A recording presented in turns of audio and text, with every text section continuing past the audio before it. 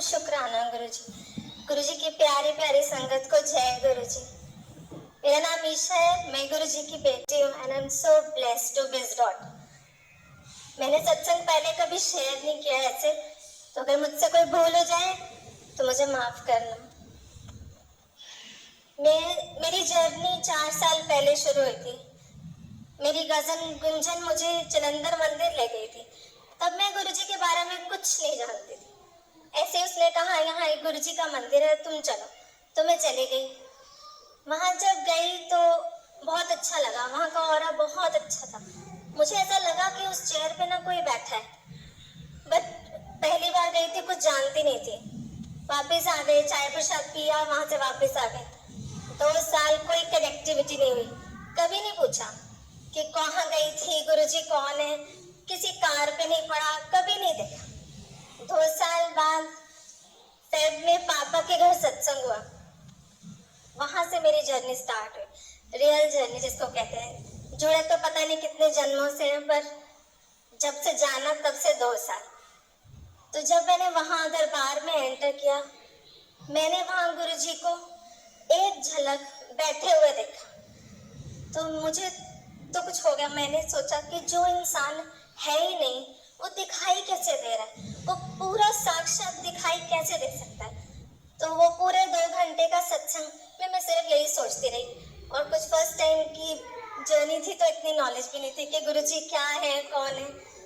तो फिर घर आ गए, तो घर आके यूट्यूब पे सर्च करना शुरू कर दिया।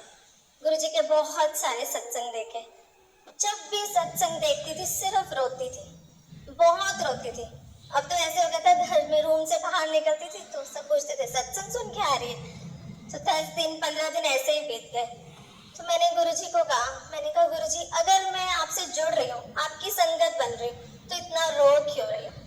तो ऐसे ना अंदर से एक आवाज आई, कमांडर अंकल न पूछ।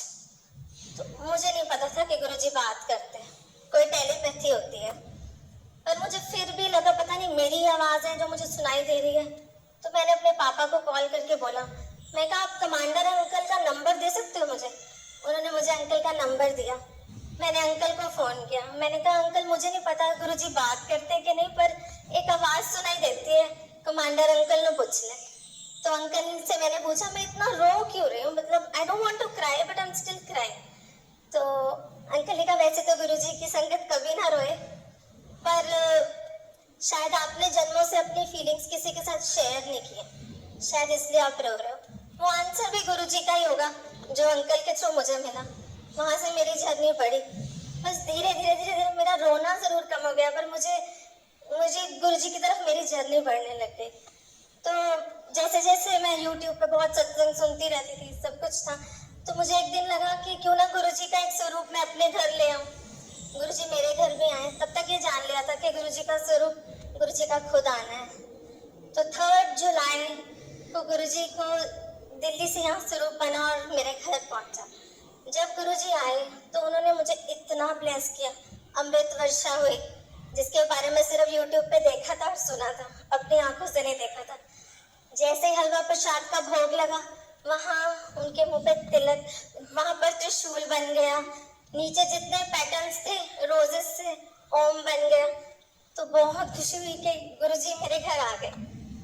तो 4th को नेक्स्ट डे मेरे हाथ में ना एक नर्व चलने लगी, तो मैं बहुत डर गई।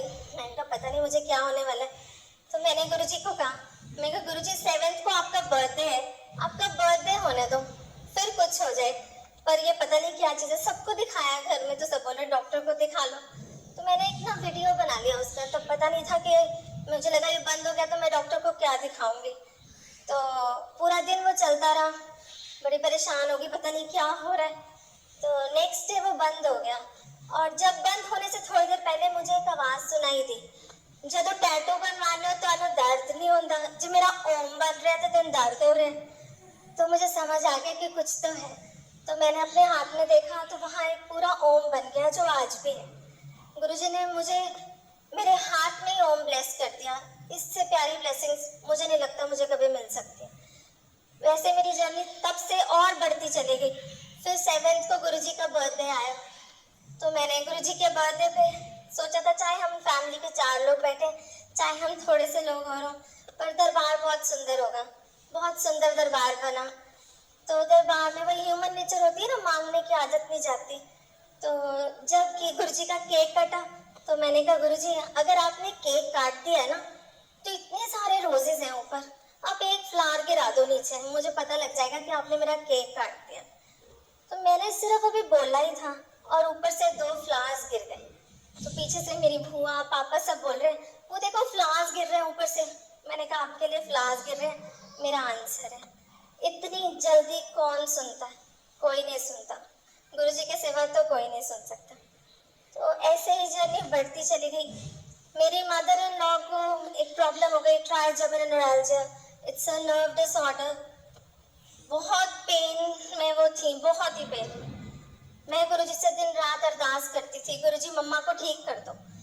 मांगना नहीं चाहिए मुझे मालूम है, लेकिन माँ को दर्द में देखो तो you will always ask for. मैं कहा मम्मा को ठीक कर दो। तो एक दिन वो लोग अपनी उनका प्रोसीजर होना था तो वो बॉम्बे गए थे उसके लिए। तो मैं सो रही थी दोपहर को 1:30 बजे। तो गुरुजी ने मुझे उठा दिया, बोल रहे चल मैं तेरी माँ नाल चले आ देख। तो मैं उठ गई, मैंने पापा को फोन किया तो पापा ने बोला वो उनको ना अभी अभी ऑपरेशन थिएटर में ले गए। तो जब मम्मा वहाँ से लौटी तो मुझे तो बता दिया था गुरुजी ने कि मैं साथ जा रहा हूँ। जब वो वहाँ से आए तो उन्होंने मुझे बोला ईशा जब उस मशीन में मैं गई ना तो मुझे लगा कि मैं ये प्रोसीजर करा ही नहीं सकती। और उतनी देर में एक वाइट लाइट आई, गुरुजी का स्वरूप देखा और डॉक्टर कहता है द प्रोसीजर इज डन। ऐसे हैं हमारे गुरुजी। मतलब आप देखो ऐसे कैसे हो सकता है, वहाँ मुझे उठा रहे हैं और उधर उनको इतना ब्लेस कर रहे हैं। इतना ही नहीं, उन्होंने जब मैं बड़े मंदिर गई उनका शुक्राना करने तो फिर वहाँ पर गुरुजी का स्वरूप लगा हुआ था। मैं अपनी मदर के साथ गई थी तो मम्मा कहती है ईशा पीछे देखियो गुरुजी का नया स्वरूप है और फेस पे इतनी लाइंस हैं, ये कैसे पॉसिबल है। मैंने पीछे मुड़ के देखा, पूरे फेस पे इतनी सारी लाइंस। तो मैंने जैसे ही टर्न किया तो गुरुजी ने मुझे बोला देख तेरी माँ को ठीक कर देता है, 10% तो उन्होंने कटड़े पहने, 90 मैं ले ले। और वो वही नर्व्स थी, वही साइड थी जिस साइड मेरी मदर इन लॉ को इतना पेन होता था। और जब जाने लगे बड़े मंदिर से पलट के देखा तो कोई लाइन नहीं थी फेस पे, कोई भी चीज नहीं थी। ऐसे गुरुजी ने इतना ब्लेस किया, बहुत ब्लेस किया। मतलब एक गुरुजी की संगत है प्राची, मैंने उसे सिर्फ यूट्यूब पे देखा। सुनती तो मैं बहुत सत्संग हूँ, लेकिन जब भी उसका सत्संग सुनती उस पर बहुत प्यार आता था। तो मैं गुरुजी को कहती थी क्या कनेक्टिविटी है इसके साथ, तो कहते थे पिछले जन्म की बहन है, कदे न कदे मिलेगी। आज तक बात नहीं हुई है, मिली नहीं हूँ, पर जानती हूँ क्योंकि गुरुजी ने बोला है तो कुछ तो है। तो एक दिन ना हमारे यहाँ मंथली सत्संग होता है सीवन में, तो वहाँ मैं गई तो मैंने गुरुजी को कहा, मैंने कहा प्राची को तो इतने बटरफ्लाई रूप में दर्शन देते हो, मुझे तो कभी नहीं दिखाते, मुझे भी कभी दर्शन दे दो ऐसे। मेरे बोलने की देर थी और रूम के अंदर सत्संग हो रहा है, बटरफ्लाई कहाँ से आ सकती है। इतनी सुंदर बटरफ्लाई गुरुजी के स्वरूप पे आके बैठ गई। तो मैंने सोचा फटाफट से पापा को भी बोल देती हूँ, पापा देखो गुरुजी है। तो जितनी देर में बोलती उतनी देर में वो चीज खत्म हो गई। मैंने कहा ये तो गलत बात है, इतनी सी झलक से तो मेरा दिल ही नहीं भरा। आप बिलीव नहीं करोगे, मैंने सिर्फ बोला और वो बटरफ्लाई फिर से आ गई। ऐसी इतना तो मुझे लगता है गुरुजी के सिवा तो कोई सुन ही नहीं सकता। और मैं शुरू से ना शिव भक्त हूँ, 7 से 16 सोमवार के व्रत रख रही हूँ। जब गुरुजी से जुड़ती चली गई तो बड़ा लगता था कि भोलेनाथ को मानती हूँ, अब इधर इतना अट्रैक्ट हो गई हूँ, तो थोड़ा दिल में फिर भी कहीं ना 1% था। तो एक दिन उसी सत्संग में, मंथली सत्संग में मैं जा रही थी, तो घर से निकलते निकलते गुरुजी कहते आज अपनी अक्खा खोल के बैठी। तो मैंने सोचा मेरी नींद का टाइम तो है नहीं, पता नहीं क्यों कह रहे हैं ऐसे। तो मैं वहां गई, मुझे इतनी नींद आ रही थी, इतनी नींद, पता नहीं जैसे गुरुजी ने क्या कर दिया। मैं कहा गुरुजी यहाँ पर ऐसे मत सुलाओ। तो जैसे ही मैंने गुरुजी के स्वरूप की तरफ देखा, वो गुरुजी का स्वरूप गुरु नानक देव जी का स्वरूप बन गया। 10 बार 15 बार जितनी बार मैंने आंखें बंद करके खोली वो गुरु नानक देव जी का ही था। उसमें गुरुजी की झलक नहीं दिख रही थी।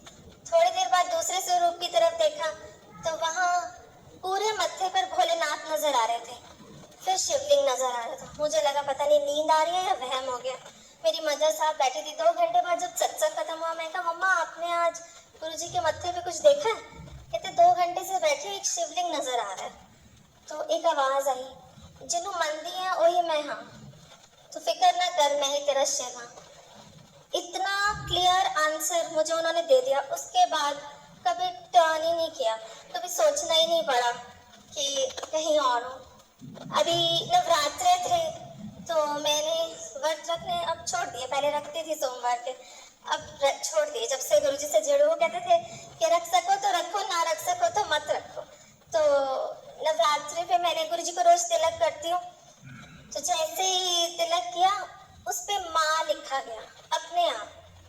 तो मैंने कहा इतना क्लियर माँ, मैंने अपनी कजन को पिक्चर्स भेजी, सबको भेजी, सारे कहती है तो माँ लिखा है। तो मैंने वो पूरे नवरात्रे वो तिलक चेंज नहीं किया और नवरात्रे के व्रत भी रखे और जोत भी जलाई, लेकिन जोत गुरुजी के आगे ही जलाई। मेरी माँ भी वही, मेरा प्यो भी वही। मैंने गुरुजी एक तरफ जुड़ लिया है, मतलब गुरुजी से ऊपर मुझे तो लगता नहीं दुनिया में कुछ है। और कहते हैं गुरुजी के ड्रीम्स में आना, गुरुजी का सच में आना होता है। मुझे गुरुजी ने 3 बार ड्रीम्स दिखाए।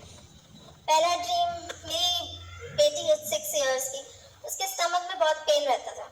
तो हमने एक दिन उसको पटियाला दिखाने जाना था। तो जिस दिन जाना था उससे एक रात पहले मुझे ड्रीम आता है गुरुजी का। गुरुजी बैठे हैं और इनायत को अपनी लैब में रखा हुआ है और मेरा सपना खत्म हो जाता है। मुझे समझ आ जाती है कि गुरुजी ने इनायत को ब्लेस कर दिया। नेक्स्ट डे हम गए दिखाने, अल्ट्रासाउंड हुआ, एक्सरेज हुए, रिपोर्ट्स बिल्कुल नॉर्मल, क्योंकि वो ऑलरेडी ब्लेस कर चुके थे। दूसरा सपना आया मुझे मेरी मदर इन लॉ का। जब ये गुरुजी का जो मैंने आपको बताया उससे पहले मैंने देखा घर में सब रो रहे हैं, सब रो रहे हैं, सब कपड़े वाइट पहने हैं और वहां मेरी मम्मा की डेड बॉडी पड़ी है। तो मैं डर गई, मैंने कहा पता नहीं क्या हो गया। तो उधर से गुरुजी नजर आते हैं और बोलते हैं जा तेरी माँ को लाइफ ब्लेस कर देती। कौन दे सकता है लाइफ? रब के सिवा कोई नहीं दे सकता। मुझे मालूम है हमें उन्होंने क्या दे दिया। वी कैन नेवर बी, हम इतना थैंकफुल हैं उनके लिए, मैं बता भी नहीं सकती। सारी जिंदगी शुक्राना करें तो कम है। थर्ड सपना देखा, मैं इंस्टाग्राम पे हमेशा देखती थी, एक कपल है, उसमें एक गर्ल एज अ ब्राइड है और उसको गुरुजी तिलक कर रहे हैं अपने हाथ से। मैं कहती थी कितनी लकी है, इसकी मैरिड लाइफ कितनी अच्छी होगी ना, जिसको गुरुजी ने खुद अपने हाथ से तिलक कर दिया। और फिर देखती थी कि लोग चरण सेवा करते हैं, सोचती थी कितनी अच्छी और कितनी लकी है वो पुरानी संगत जो गुरुजी की चरण सेवा कर पाई। उस दिन सपना आया वेरी अर्ली मॉर्निंग, वहाँ गुरुजी बैठे हुए हैं, बहुत थोड़ी सी संगत है, तो गुरुजी की चरण सेवा कर रहा है कोई। मैं धीरे से पास जाके बोलती हूँ गुरुजी मैं कर लूँ? तो कहते हाँ कर ले, मतलब बहुत प्यार से नहीं पर कहते कर ले। तो मैंने थोड़ी देर चरण सेवा की, फिर एक डब्बी उठाई, उन गुरुजी ने तिलक लिया और मेरे मत्थे पे लगा दिया और मेरा सपना खत्म हो गया। गुरुजी से सिर्फ मैंने एक दिन अरदास की थी कि काश ऐसा हमारे साथ भी होता, और देखो उन्होंने मुझे ड्रीम में वो सब कुछ दे दिया जो मैंने सोचा। मेरे पास सत्संग बहुत है, बहुत ही डेली का एक सत्संग है। अब तो गुरुजी के नाम से ही दिन की शुरुआत होती है और गुरुजी के नाम पे ही खत्म होती है। मैं गुरुजी से एक चीज़ हमेशा मांगती हूँ कि मुझे ना संगत जोड़ने की सेवा बख्शना। हमेशा जब से मैं जुड़ी हूँ मैं हमेशा यही कहती हूँ कि मुझे आपके गुणगान गाने का मौका मिले। एक दिन जब मैं देखती हूँ यूट्यूब सब सत्संग कर रहे हैं तो मेरे दिमाग में थॉट आया, मैं कहा मैं कभी कैमरा फेस करूँगी, मैं गुरुजी का गुणगान कभी ऐसे कर पाऊँगी।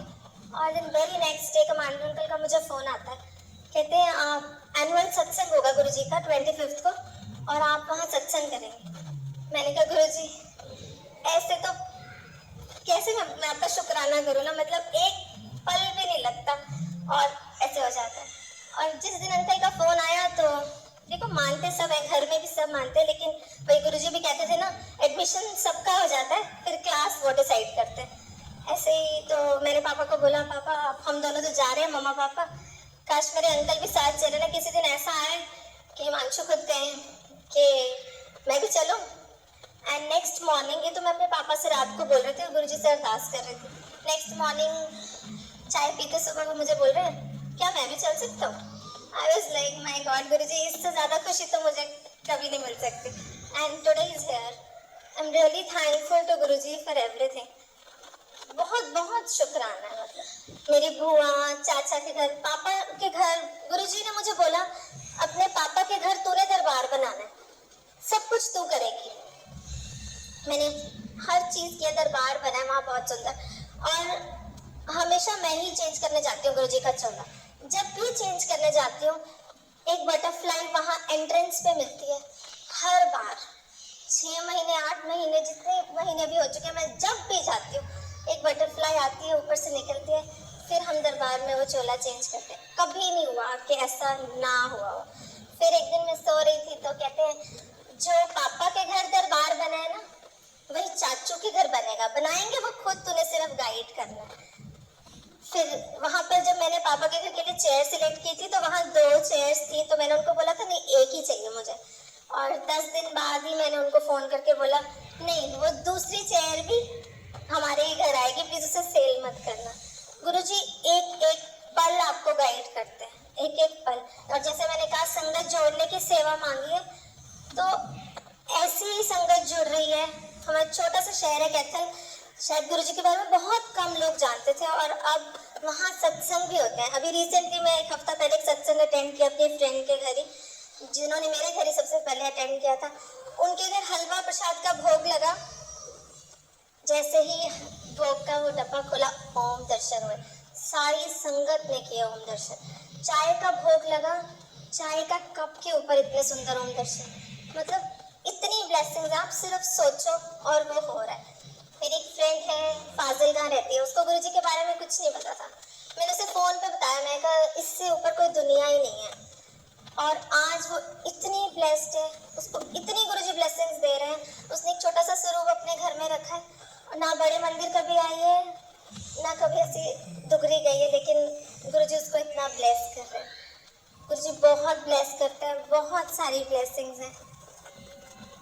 थैंक यू गुरुजी, आज के लिए हमेशा के लिए शुक्राना शुक्राना अनंतम शुक्राना। गुरुजी हम सबको ऐसे ही ब्लेस करते रहे और हमारे साथ रहे। Thank you Guruji.